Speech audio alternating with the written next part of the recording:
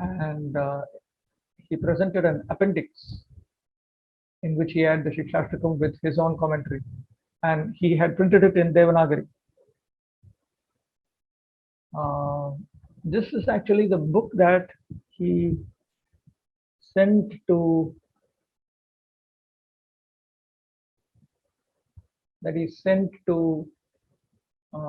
West in 1896. So that famous book, and he has presented an introduction to it, and then he had a Sanskrit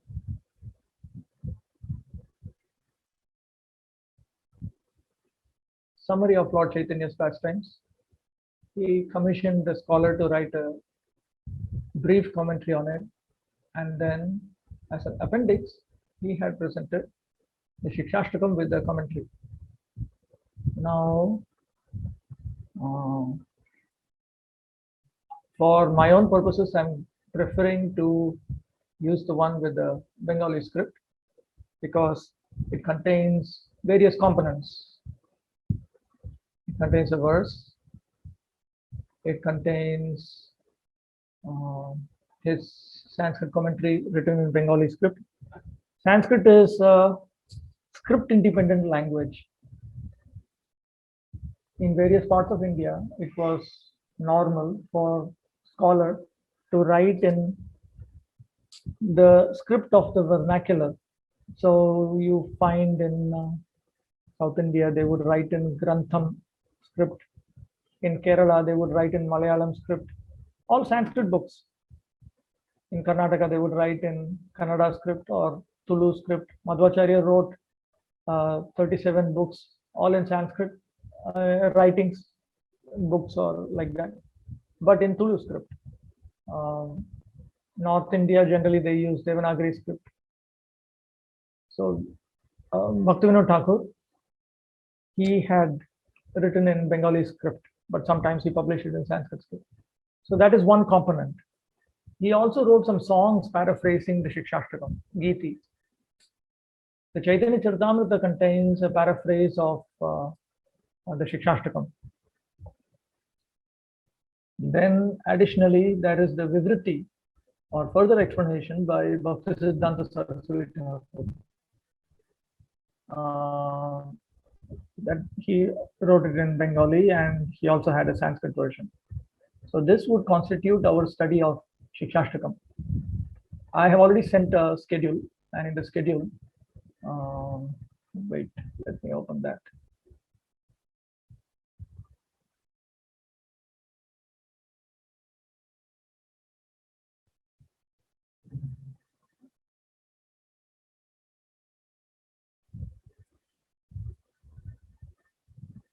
This is how I'll be dividing it. I divided it on the basis of how extensive the content is.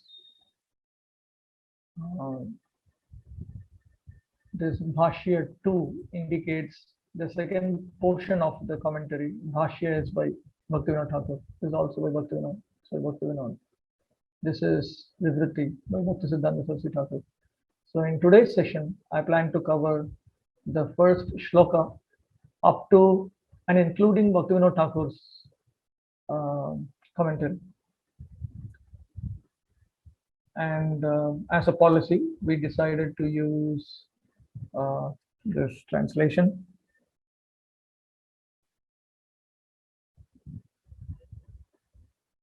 This particular edition. So most of the time I'll be dealing with the translation, but sometimes I'll directly get into the original. Okay, with that, let me begin.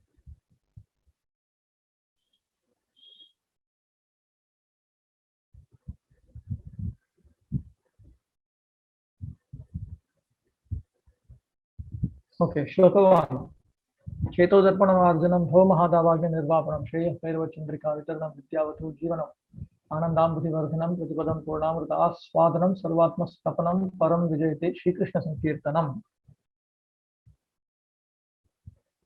Just a minute.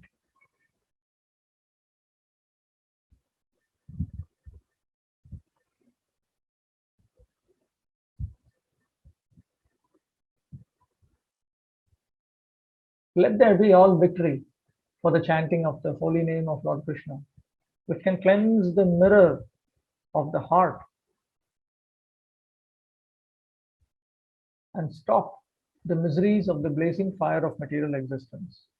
That chanting is the waxing moon that spreads the white lotus of good fortune for all living entities. It is the life and soul of all education. The chanting of the holy name of Krishna expands the blissful ocean of transcendental life. It gives a cooling effect to everyone and enables one to taste full nectar at every step. This is Prabhupada's word meanings. We will come from Chaitanya Charitamrita. We will come to this at a later point. This edition that we have here, this was actually published by Bhaktisiddhanta Saraswati Thakur. It is actually called Sadhana Path, the pathway of sadhana.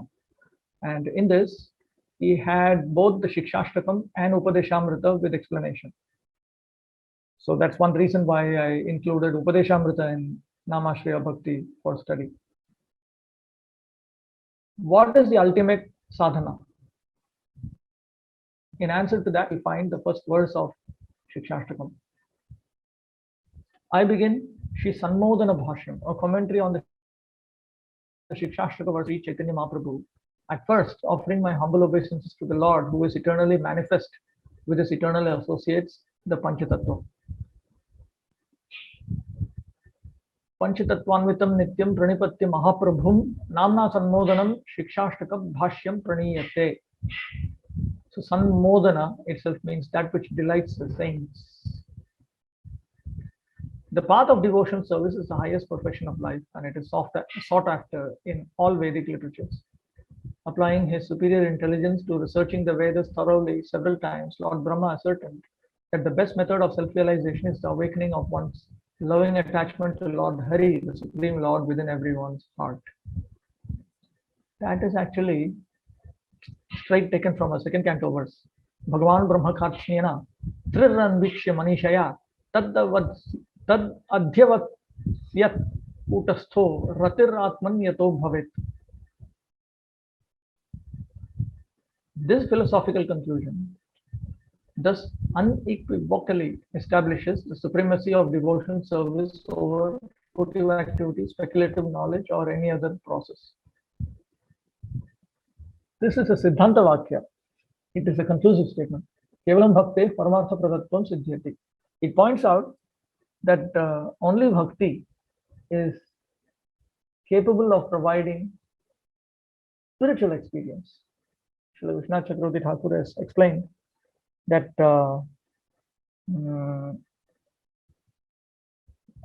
realization of Brahman, realization of Paramatma, realization of Bhagavan, all three can come only from Bhakti. Na anyesham karma jnana adina, not karma jnana and so on. There are, first of all, okay, how do I, okay, wait, I need to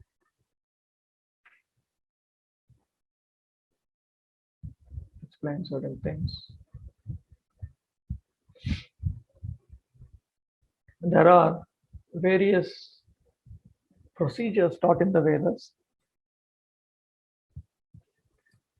There is karma, there is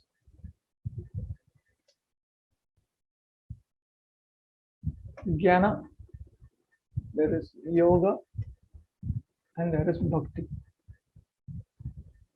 That which is not part of this is adharma. Veda pranihito dharma, adharmas tad viparyaya. Bhagavata makes it clear that that which is taught in the Veda is called dharma, and that which is rejected from the Veda, there are certain things which are rejected in the Vedic scriptures, that is adharma. So Vedic dharma has got various levels. Bhakti dharma is the highest dharma. Lower than that you'll find yoga, jnana, karma.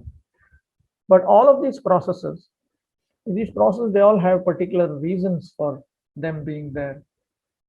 Karma is meant for material happiness, jnana is for Brahman realization, yoga is for Paramatma realization, bhakti is for Bhagavan realization. Love of Godhead is accompanied by Bhagavan realization.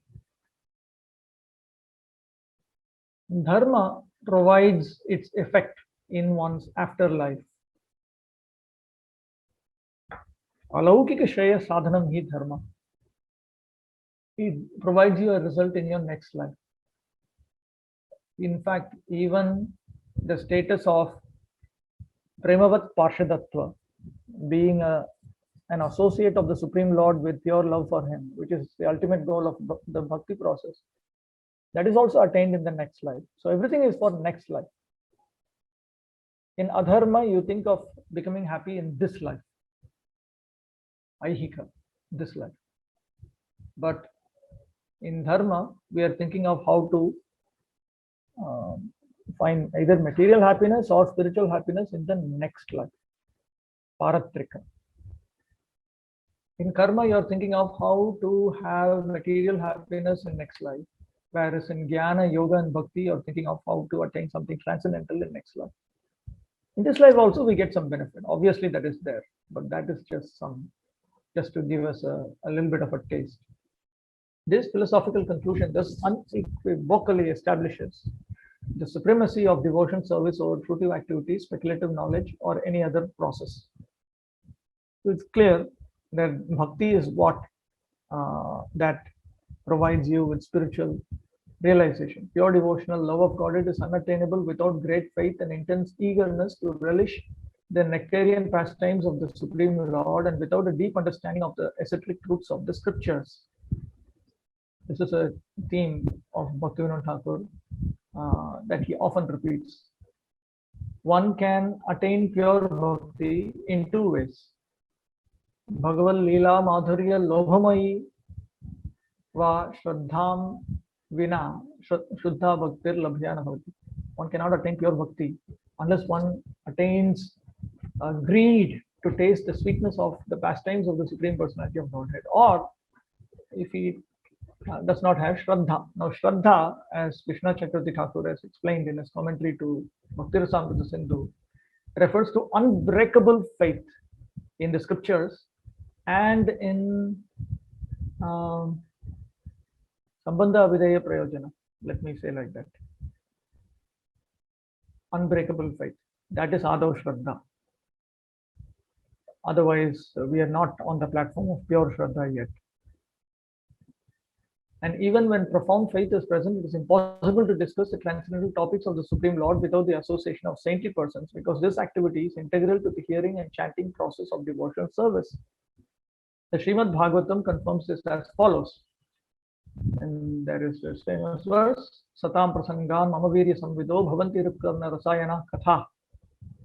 It is only in the association of my pure devotees that discussions about my transcendental glory become spiritually potent and arouse loving devotional mellows within the inner core of one's heart. Statements as these extol the virtues of saintly association because the Lord's holy name, form, qualities, and activities are perfectly glorified in the righteous company. Lord Chaitanya in his teachings, typo, foremostly discusses these glories. So these are the glories of the holy name that are revealed when we associate with bona fide Vaishnava, pure devotees, and when we have unbreakable faith in the process of devotional service. Pure Shraddha plus pure Sadhu Sangha plus pure Bhajana Kriya will certainly lead to Anartha Nivritti. If we don't experience Anartha Nivritti, or if Anartha Nivritti is very slow or dull, then it means that there is some Shraddha dosha, there is some defect in our Shraddha, there is some defect in our association, there is some defect in our Bhajana Kriya, one or more of these three. In the fourth line of the present shloka, Shikshashtakam shloka, for example, the word param indicates the process of chanting Krishna's holy name, which is naturally all purifying, and so is the highest form of benediction.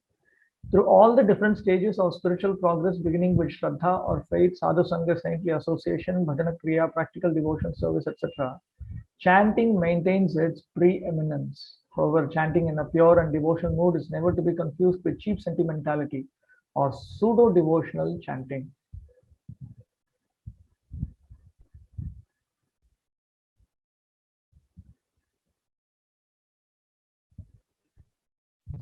The Shikshashtakam statement here of Lord Chaitanya talks about Sri Krishna Sankirtanam, and that Sri Krishna Sankirtanam refers to proper engagement in Krishna Kirtanam, not improper engagement in Krishna Kirtanam. It refers to offenseless engagement in Sri Krishna Sankirtana, because it's only offenseless engagement in Sri Krishna Sankirtana that leads to these 7 effects that Lord Chaitanya has spelled out here.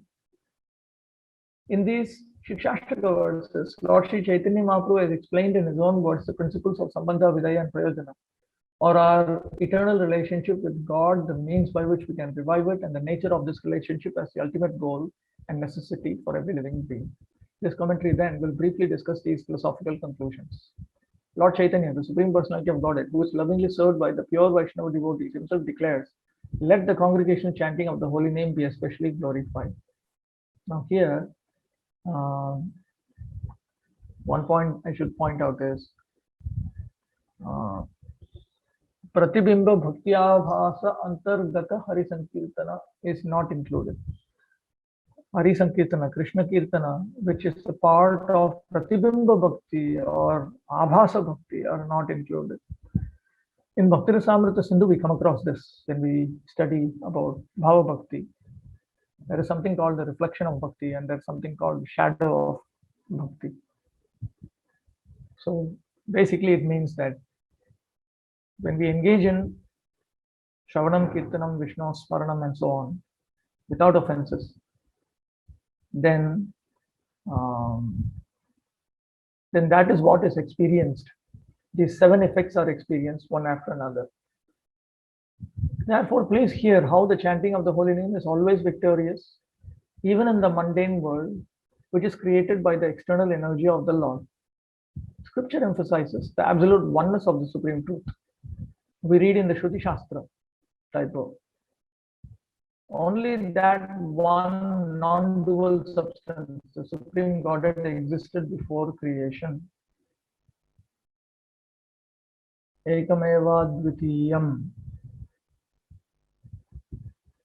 And in another place, other than He, the one non-dual Brahman, no variegatedness exists. Nehananasti kinchana.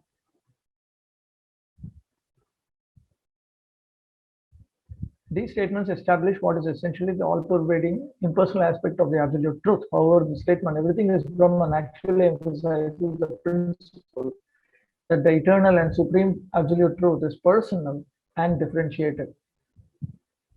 Sarvam khalvidam brahma tad jalan shanta upasita.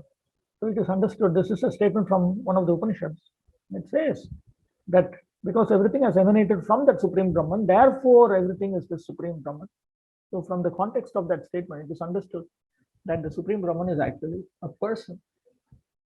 Sarvam khalvidam brahmeti nigama vachanat tasyaiva sarvada savisheshatvam siddham. So it is established that absolute truth is always a person. How is this?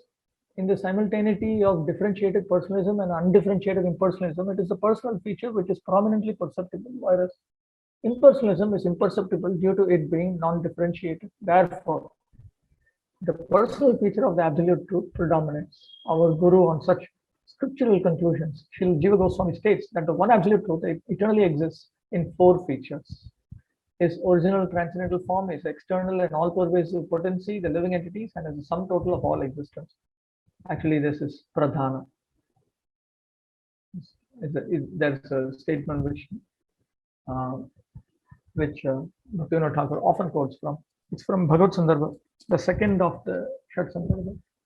Ekameva paramam tattvam paramatatvam swabhavika shaktya sarvadaiva swarupa tadrupa vaibhava jiva pradhana rupena chaturdhavatishthate. And there is only one supreme truth. By his own natural and inconceivable potency, at all times, he exists in 4 different ways. In his swarupa, in his own form, tad rupa vaibhava, in the form of his various plenary expansions, jiva, in the form of the jivas, pradhana rupena, and in the form of the pradhana. And then he gives an example which is also coming from Jiva Goswami. This is analogous to the four features of the sun god himself, the sun disk, the sunshine, and the reflection of the sun's rays on other surfaces. The point here is that God alone is the supreme absolute truth, Shaktiman, the only source of all potencies or energies.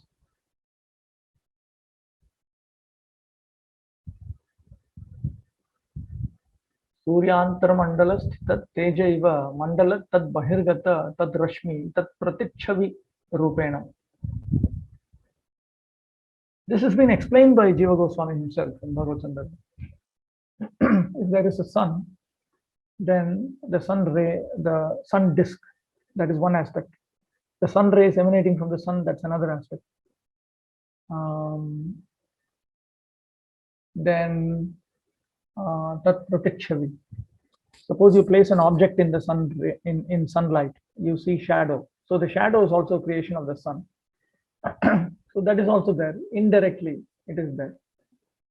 So we have the sun god, sun disk, the rays emanating from the sun, and shadow. Four aspects.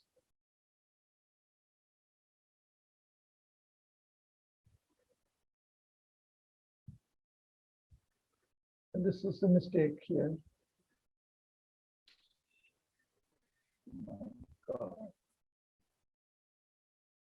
Atra idameva uktam bhati. So at this point, this should be stated. Bhagavan eva param tattva. It is the supreme personality of God, Bhagavan, who is the supreme truth. Saiva Shaktiman. He himself is filled with potencies. Shakti Shaktimator abhedaha iti Brahma Sutra tayor abhedaha. But there is no distinction, there is no difference between his potency and he himself because of the teaching from the Brahma Sutras. Shakti Shaktimator abhedaha. There is no distinction between the potency and the potent.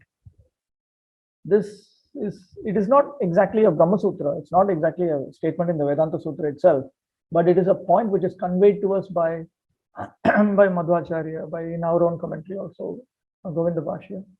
So from that we understand that this is actually one of the key teachings of the Brahma Sutra. Kintu parasya shakti hridaya vishwete iti vedavakyena taya achinti shaktya durghata ghatakatvam api siddhyati. But because of the statement that supreme being, we hear that he has variegated potencies which are all spiritual. On the basis of that Vedavakya, statement of the Vedas, that inconceivable potency can make the impossible possible.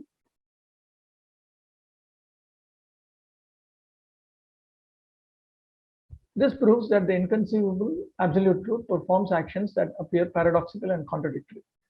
Hence, the essential and eternal difference between energy and the energetic source is also an unavoidable conclusion, a conclusive principle that cannot be successfully challenged by arguments from the philosophical school of monism or Kevaladvaitavada. The absolute potent or the supreme truth manifests himself in three categories: as his internal potency, as his marginal potency, and as his external potency.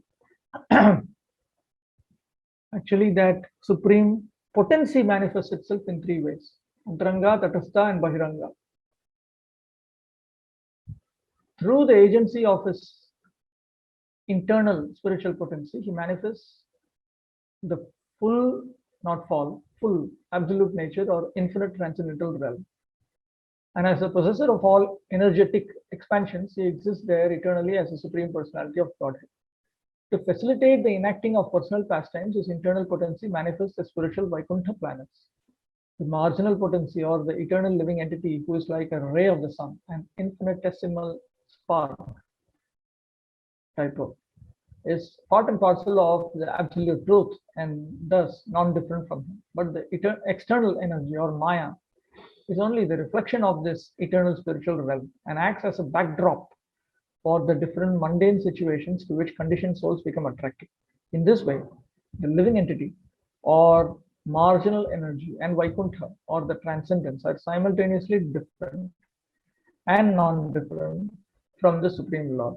As long as the Jiva takes full shelter of the Supreme Lord, he remains a resident of the spiritual planets, But when he forgets the innate spiritual knowledge about the Lord, he is placed outside the transcendental realm.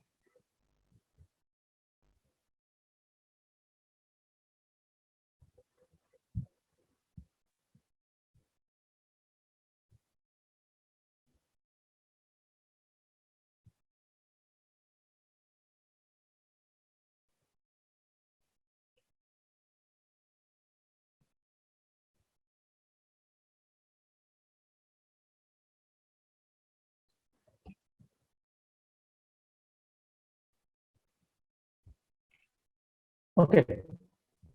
एवं प्रकारेण जीव जड़ वैकुंठ भगवत स्वरूपाणाम अचिंत्य भेदा भेदो ज्ञेय. So in this way, it should be known that the living entities, matter, Vaikuntha, and the forms of the Supreme Personality of Godhead are inconceivably one and different. Jivasyapi tad ekadeshatvam tadashrayatvam. The living entity also is said to be an aspect because it is a part and parcel and it has taken shelter of him and it is always under his shelter. Bahishyaratvam tad jnana abhava.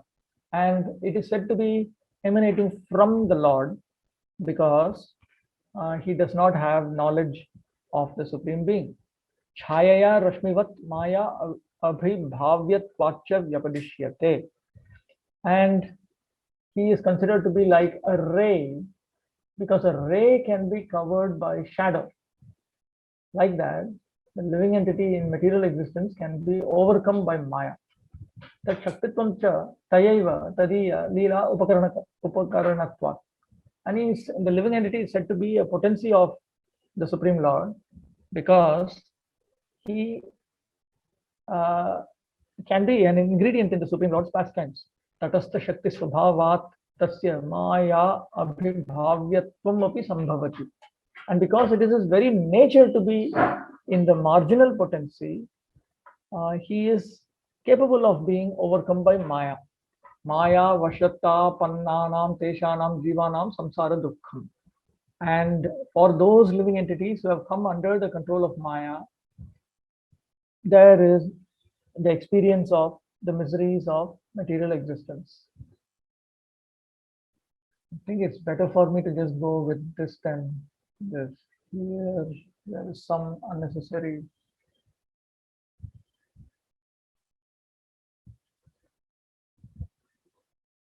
But as soon as the individual spiritual spark awakens to realize his original self, the dark mist of ignorance or Maya dissipates, and the long suffering of repeated birth and death at last comes to a halt. He regains his true spiritual identity. The pure association of saintly persons acts miraculously on a jiva.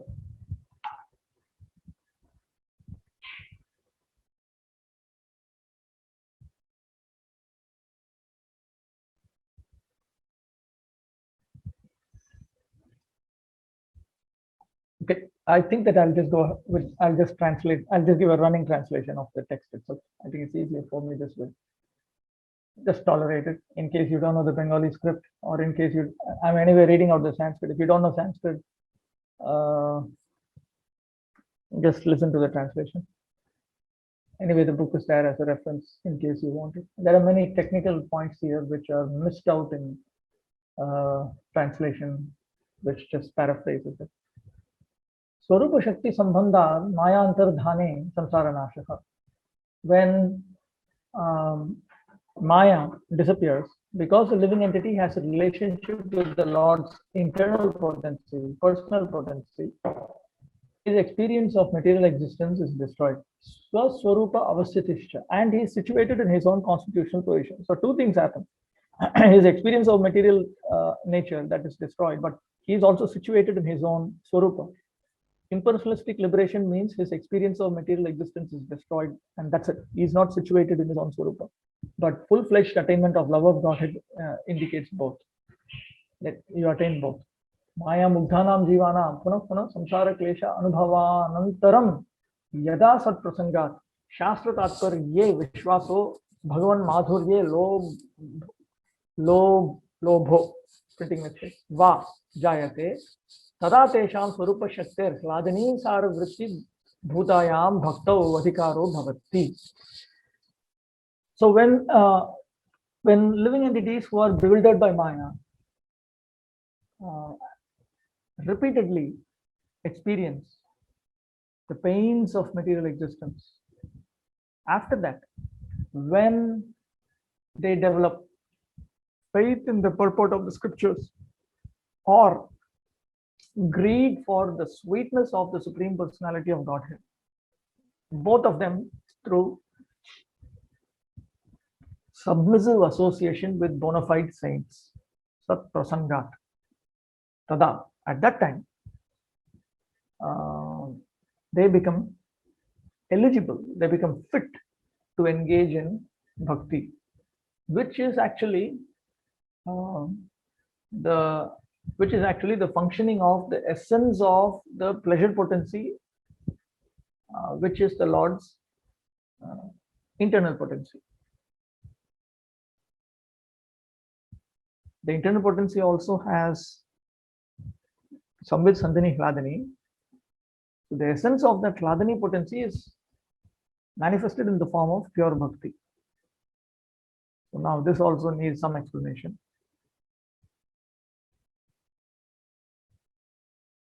There are two modes of engagement in sadhana bhakti. Same sadhana bhakti, but it has two different ways of engagement in them. One is called Vaidhi sadhana bhakti, another is called Raganuga sadhana bhakti.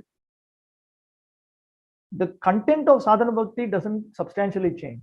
Specifically, the top 5 activities of devotion service, the preliminary 20 activities of devotion service. I have in my mind the 64 items of sadhana bhakti given by Rupa Goswami.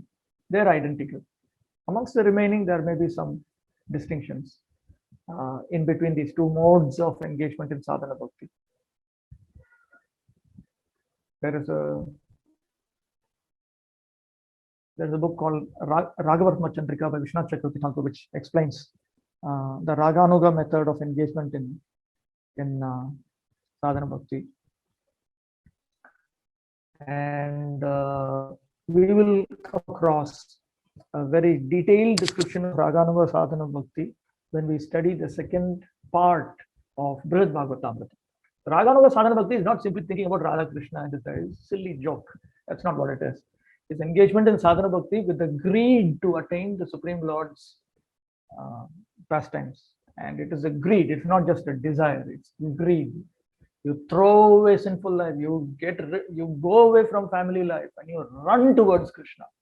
We will see this in Brihad Bhagavatamrita, how Gopakumar runs. That is called Lobha, which is a characteristic feature of the Raganuga mode of engagement in sadhana bhakti. In Vaidhi sadhana bhakti, that greed is not there. Rather, one engages in it because that's what you're supposed to do. It's the right thing to do. So simply on faith in the purport of scriptures. And that faith also has to come from the disciplic succession. And this greed also has to come from disciplic succession. We cannot get it by ourselves.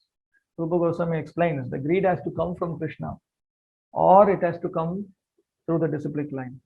It's not that I can cultivate my relationship with Krishna through Raganuga bhakti. That's a joke. It doesn't work like that. So when we get it, then you become fit to engage in one of these two types of bhakti. Jataya Shraddhaya Guru Charanashraya Rupa Sat Sangha Prabhavat Tattva Shravanam Ghatate.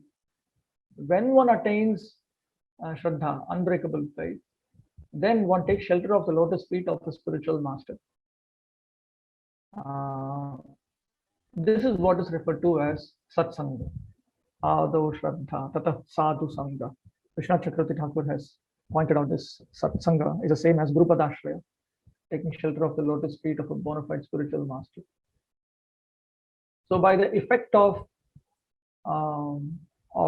that kind of Satsanga, Tattva Shravanam Ghatate, one hears about the truths concerning himself and Krishna and material existence that can happen.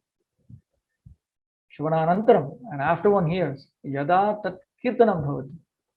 So first one hears about Krishna, then one engages in Kirtana. So when that Kirtana happens, Tada Maya Damana Prakriya Rupa Jiva Swarupa Vikrama Eva Lakshyate.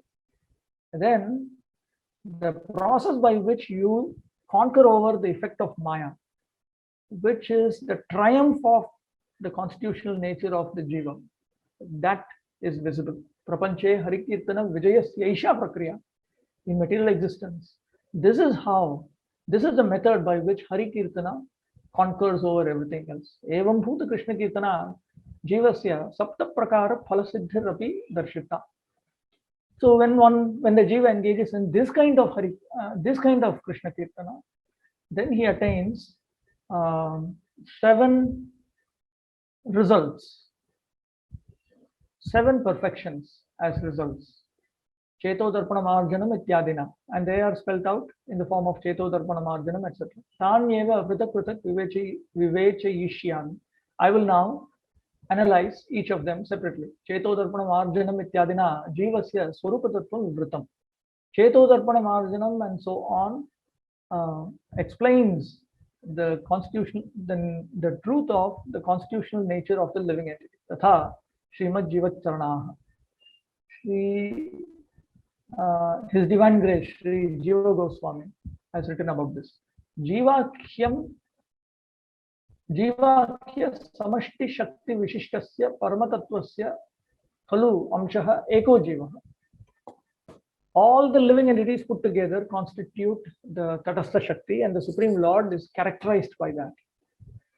That he is the Supreme Truth and is characterized by that. Now, one Amsha of that Tatastha Shakti is one Jiva.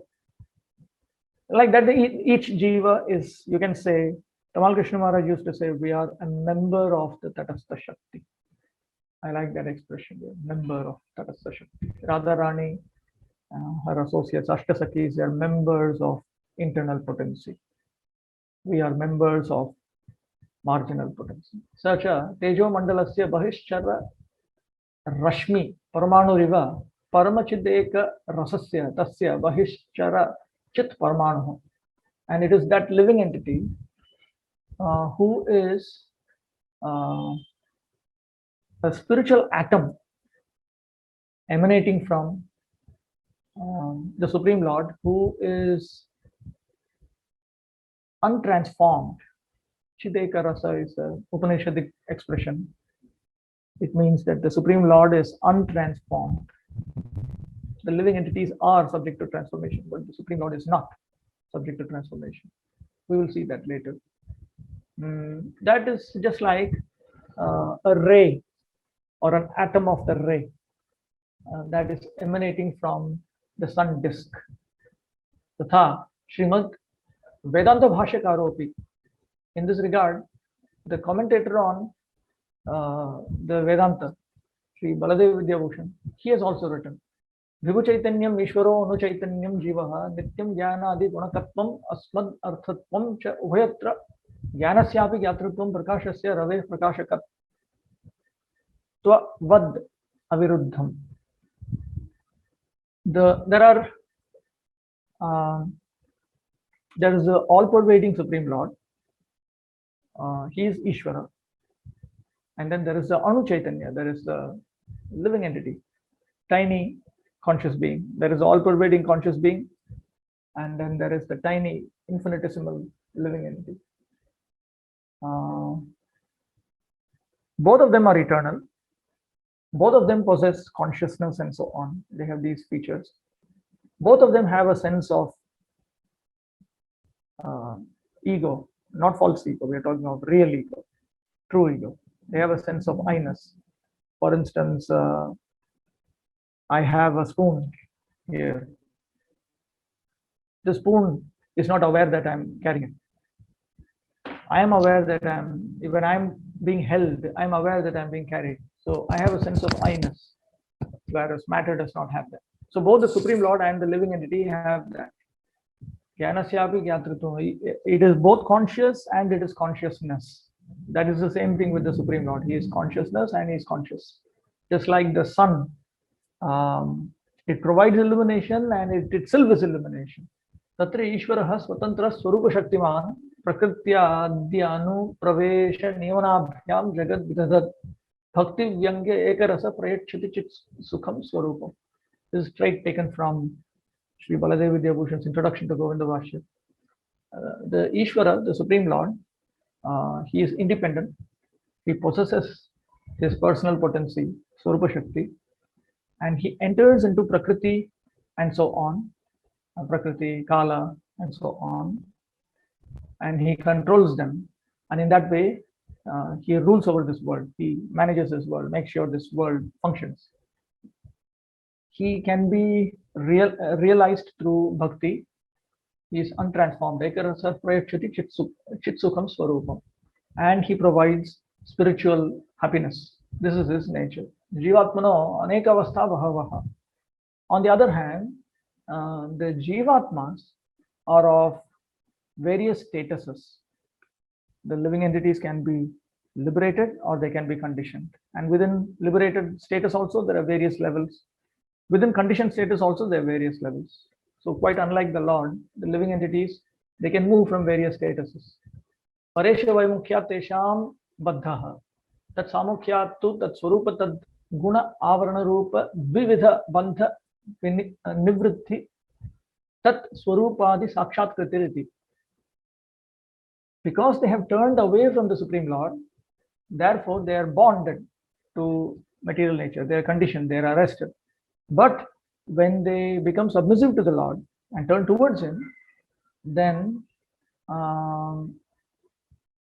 they will become freed from two types of bondages. One type of bondage is their own constitutional nature is covered up, and their various features are also covered up. So they become the living entities who surrender unto the Supreme Lord, become freed from these two types of coverings. And their constitutional nature, the Supreme Lord's constitutional nature, all of these are revealed directly. So that's a quotation. The quotation will ends with that. Now it's back to Bhaktivinoda Thakur himself. Etena jivasya anutvam chit swarupatvam shuddha ahankara shuddha chit shuddha deha vishishtatvam cha gyapidam. From this we understand, actually we are being informed by this, that the living entity, Jivatma, is minute. It has spiritual form. It has a pure ego. It has a pure mind. It has a pure body. Paresha Vaimukhyat Bahiranga Bhava Avishtatvacha Shuddha Ahankara Gata Shuddha Chittasya Avidyamala Dushanam Api Suchitam. And it is indicated that because they have turned away from, because the Jiva has turned away from the Supreme Lord, and because he is overcome by an extrinsic attitude, not his own original attitude, but it is a sort of some other ideas are being imposed in. Maya does this. She imposes some other set of attitudes onto the conditioned souls. Then the pure mind in the pure ego of the living entity becomes contaminated by avidya, ignorance. So that is indicated here. Jivasya shuddha surupe yat shuddha chittam tasmin maya avarana rupa avidya maladushite sati chitta darpanasya karya akshamatvam sutram ghatate. And therefore, when the living entity's pure nature, actually the pure mind of the pure living, of the pure form of the living entity, when that is contaminated by ignorance, which is actually a covering of Maya on that living entity, and when that happens, then the mirror of that pure mind of the pure soul becomes that becomes incapable of functioning. It just becomes incapable of reflecting reality. Tatah karanat swarupa yathatya darshanam na sambhavati. And because of that, he cannot see his own original form. Kintu kladini sara vritti bhuta bhaktir yada pravarteta tada shravananantaram Shri Krishna Sankirtanam Pradurбhuya Sarvani Avidyamalani Duri Karoti. But when bhakti in the form of the functioning of the essence of the Hladini potency, in other words, pure bhakti, when that comes up, then after proper hearing, when the jiva engages in Sri Krishna Sankirtana, then all of these contaminations due to ignorance are destroyed. Tada prakatita shuddha chittaha jivaha shuddha ahankarayutaha paresha jiva prakriti kala karmatmakah panchatatmakam panchatattvam swachitta darpane yathayatham pashyati iti bhavaha. So it is implied here that at that time when the pure mind of the pure soul is revealed to him, then with the pure ego, he sees in the reflection of his pure mind 5 truths: the Supreme Lord, the living entities, material nature, time, and karma. These are, of course, the 5 subject matters of Bhagavad Gita, but these are also subject matters of the Vedanta Sutra and the Upanishads and so on. These are the 5 things that actually exist. These are the 5 things that exist actually. There are 5 entities essentially. There is a Supreme Lord, and then there is the living entities. There are the living entities. There is material nature. There is the force of time, and then there are karmic reactions, karma. When you study Bhagavad Gita or the Vedanta Sutra, these things become more clear. Chitta darpane marjite sati swarupa yatharthya darshanat swadharma darshanapi ghatate. When the mirror of the mind is cleansed by seeing his own self correctly, he also sees his original nature. Swadharmaha Bhagavad Dasyamiti. And that original nature, his own nature, is Bhagavad Dasya, to be a humble servant of the Supreme Personality of God. Tat pravrittau samsara pravrittistu Krishna seva pravritti rupena parinamati. And when that is activated, then engagement in material existence is transformed into engagement in service to Lord Krishna. That is Cheto Darpanam Arjanam. Bhava Mahadavagna Nirvapan. Bhava Jivasya Prapancha Janma. Bhava, material existence, refers to the living entity's birth within material existence. Sa eva Mahadavagni. Tad Nirvapanam Nirvanam Shri Krishna Sankirtanam Vina Na Bhaved iti Bhavaha. It is implied here that that very material existence is a great forest fire. Shri Krishna Sankirtana extinguishes that. Without Shri Krishna Sankirtana, one cannot extinguish that. That is the implication. So dharma jnane labdhe sati Shri Krishna Kirtanam kim samapyate. After one attains a knowledge of his original nature, his swadharma, his spiritual swadharma, is Shri Krishna Kirtana ended? Do you put an end to it? Nahi, nahi, no. Hari Kirtanasya Nitya Dharmatve Siddhe Tasyaiva Swarupagata Dharma Angatvam iti Vadan Shreyah Kairava Chandrika Vitranam iti Visheshena Vyavaharati. Now that it has been established that Hari Kirtana is the eternal dharma of the living entity, Sri Chaitanya Mahaprabhu now points out that it is a part of the living entity's own dharma. And therefore he specifically states Shreyah Kairava Chandrika Vitaranam Maya Mukta Jivanam Maya Bhoga Eva Preyaha Tataha Durnivarah samsarah. Type in mistake. For living entities who are bewildered by Maya, enjoyment of Maya itself is preyas. It gives rise to immediate pleasure, but it is not beneficial in the long run. Tataha durnivarah samsarah. Therefore, it is impossible to get out of material existence. Maya, white. Okay, now I should also point out another related. Right. Sorry.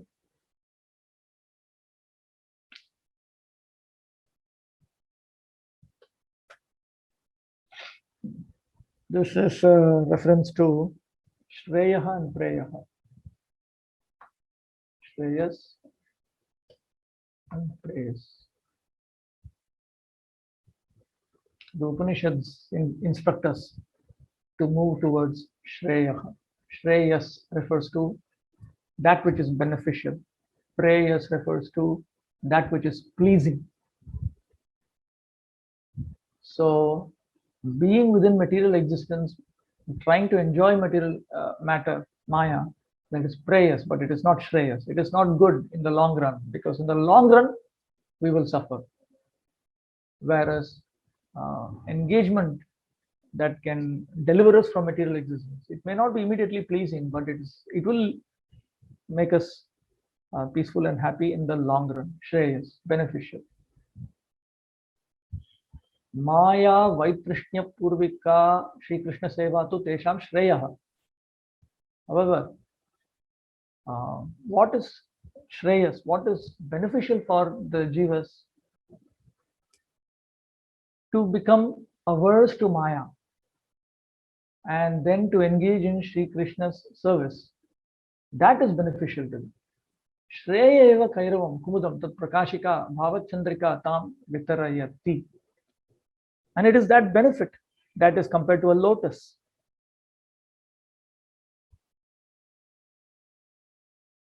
So, Shri Krishna Sankirtana, it manifests the moonlight of spiritual emotions which cause that lotus to blossom. Bhaktya sanjataya bhaktya iti nyayena shraddhavatam shravana kirtanadya abhasa bhaktya shuddha bhakti pradurbhavati. There is a statement in the 11th canto that bhakti arises from bhakti. Bhaktya sanjataya bhaktya. So on the basis of this principle, for those who have unbreakable Shraddha, Shraddha itself in this context only refers to unbreakable faith. For those who have unbreakable faith in Krishna Bhakti, pure Krishna Bhakti, by repeated practice of Shravanam, Kirtanam and so on, by repeated practice of Bhakti in the form of Shravanam, Kirtanam and so on, pure Bhakti arises. Atra Chandra Upamatu Tan Nisrita Amrita Kalpanaya. Here the comparison has been made to the moon. That is because he is using a metaphor here to refer to the nectar that is that the moon emanates. From the Vedic scriptures, we understand that the moon emanates a sort of nectar, and that pleases various living entities. So, like that, when we engage in devotional service purely, then we also experience the nectarian pleasure. No, objection. Shuddha Bhakti Labdhanam Kada Swaswarupa Praptiriti Purvapakshama Kalaya Vidyavatu Jivanamiti Vadati Shri Gaurachandra. For those who have already attained Shuddha Bhakti, pure Bhakti, when will they attain their own constitutional position? When will they realize? When will they become self-realized? Considering this question, Sri Gaurachandra says, Vidyavadhu Jivanam Bhagavat Shaktir Vastutaha Eka. In reality, there is only one potency of the Supreme Personality of Godhead. Tasya Dve Vritti Vidya Vidyacha, which has two functions, two different vrittis, two different aspects, you can say, two different ways of functioning. One is vidya and one is avidya. Vidya means knowledge, avidya means ignorance. Prabhupada uses the expression nescience. Nescience is the same as avidya. Vidyaya sa yogamaya swarupa shaktiriti parichiyate. Through that vidya, one understands the swarupa shakti, which is yogamaya. Avidyaya sa jada prasavini jiva swarupa guna varnaka cha. And through ignorance,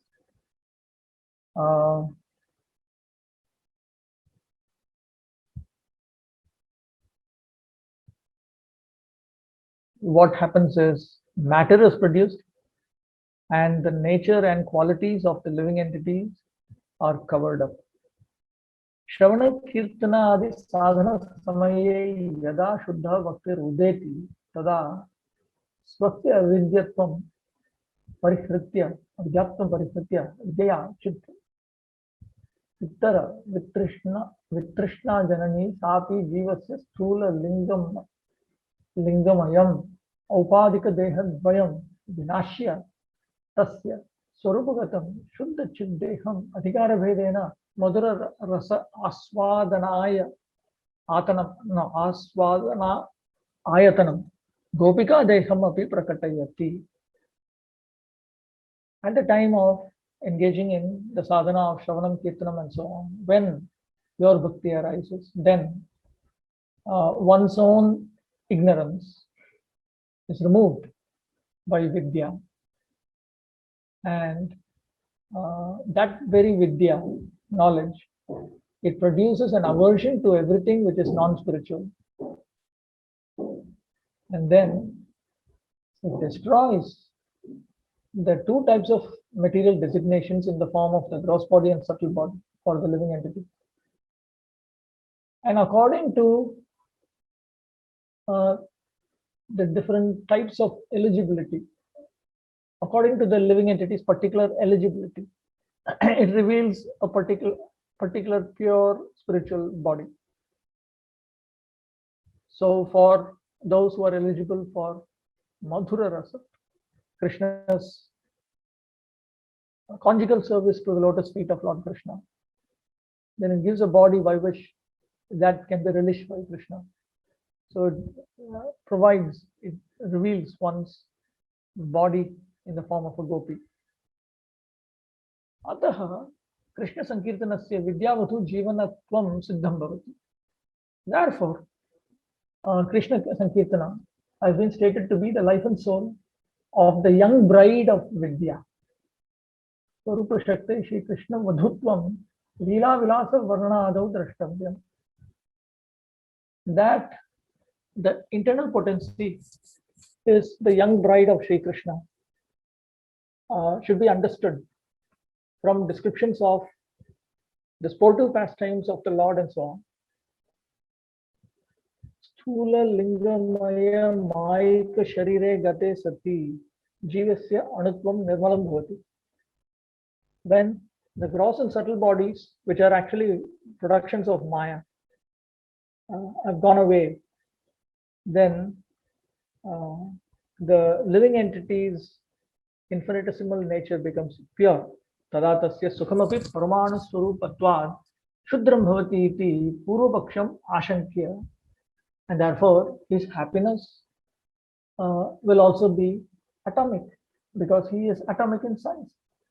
Is this not? This is actually a question that he is posing.